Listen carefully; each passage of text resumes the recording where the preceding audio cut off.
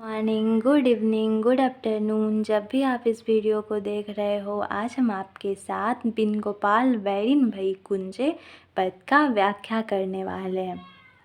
प्रस्तुत पद सूरदास के द्वारा रचित सुरसागर के भ्रमर गीत से लिया गया है। प्रसंग: प्रस्तुत पद में कृष्ण मथुरा में हैं और गोपियाँ ब्रज में हैं। उद्धव उन दोनों के मध्य में हैं। उद्धव आए हुए हैं गोपियों को समझाने।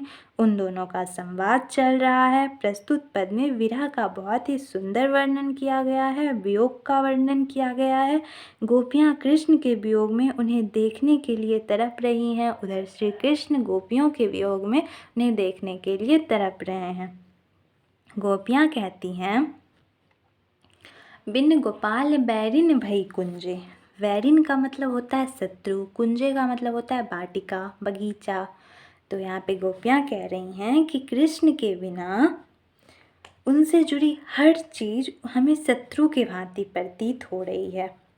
वो बगीचा जहाँ श्री कृष्ण गोपियों के साथ रसभरी चर्चाएं किया करते थे, उनके साथ बातें करते थे, लीलाएं करते थे, उन सारी चीज़ों को जब गोपियाँ देखती हैं तो उन्हें श्री कृष्ण का बहुत ही ज़्यादा याद आता है। इसलिए वो ऐसा कहती हैं कि बिन गोपाल बैरिन भई कुंजे।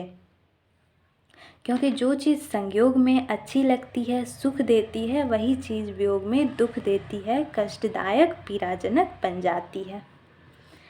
आज जब कृष्ण नहीं हैं तो गोपियाँ कहती हैं कि बिना गोपाल के ये जो छोटी छोटी वाटिकाएं हैं, कुंज हैं, ये सब शत्रु के भांति प्रतीत होती है।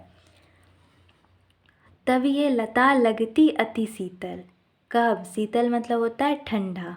तो ये लता लगती मतलब लगता था बहुत ही ज़्यादा ठंडा जब उनके साथ श्री कृष्ण थे। जब श्री कृष्ण थे तो ये लताएं, ये डालियाँ, ये वृक्ष, ये फूल, ये वाटिकाएं बहुत ही सुख देते थे, ठंडे लगते थे। लेकिन उनके बिना अब भई विषम ज्वाला की पूंजी। विषम का मतलब हुआ भयानक, ज्वाला मतलब आग। जब आज वो हमारे साथ नहीं है तो ये पेड़, ये वाटिकाएं, ये सब हमें छाया नहीं दे रही है, ये हमें दुख दे रही है, इनसे हमें पीड़ा हो रहा है। जब हमारे साथ श्री कृष्ण नहीं है, आज गोपियों को लगता है वृथा बहती जमुना। वृथा का मतलब होता है बेकार। गोपियाँ कहती हैं कि ये जमुना नदी भी बेकार में बह रही है। वृथा खग बोलत, ये पक्षियाँ बेकार में बोल रही हैं, बेकार में चहचहा रहे हैं। वृथा कमल फूले, और ये कमल भी बेकार में खिल रहे हैं। अली गूंजे, अली का मतलब होता है भंवरा। तो यहाँ पे गोपियाँ कहती हैं कि ये जमुना नदी बेकार बह रही हैं, इनको नहीं बहना चाहिए।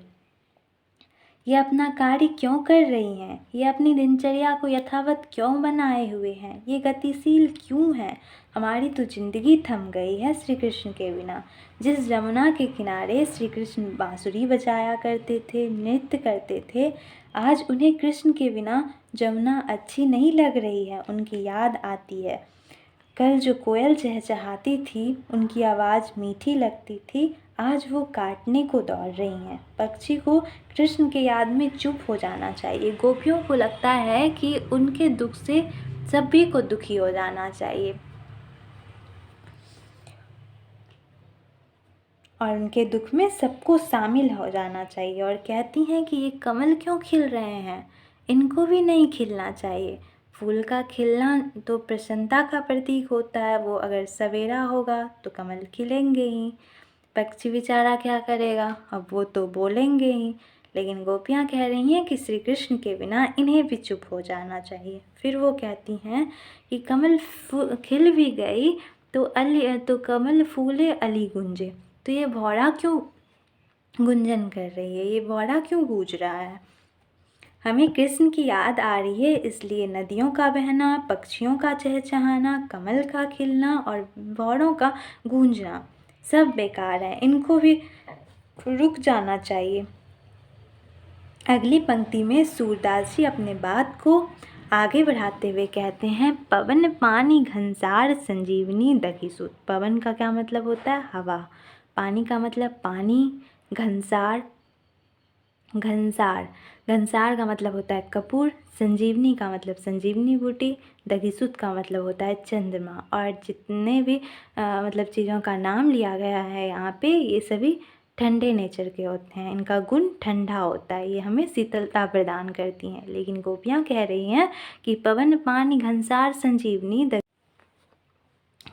दधिसुत किरण भानु भई कुंजे।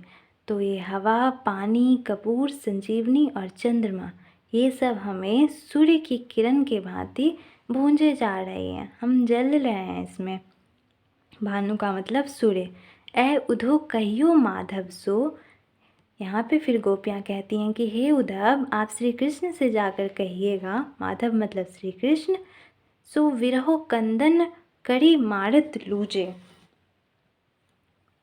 कि कहिएगा आप उनसे जाकर कि उनके अनुपस्थिति में हमारी सारी इच्छाएं मर गई हैं, हमारे मन में जो उमंग थी, जो इच्छाएं थी, सभी ख़त्म हो गए हैं।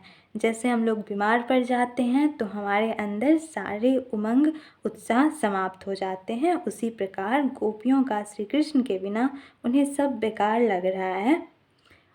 सूरदास प्रभु को मगजोगस, सूरदास जी कहते हैं कि गोपियाँ कह रही हैं कि हे प्रभु, मग मतलब रास्ता, जोगत मतलब देखते देखते, अखियाँ मतलब आँखें। तो यहाँ पे गोपियाँ कह रही हैं कि हे प्रभु, आपके दर्शन पाने के लिए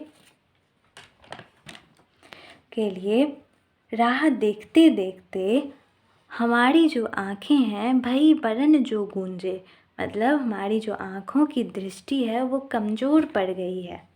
थैंक्स फॉर वॉचिंग।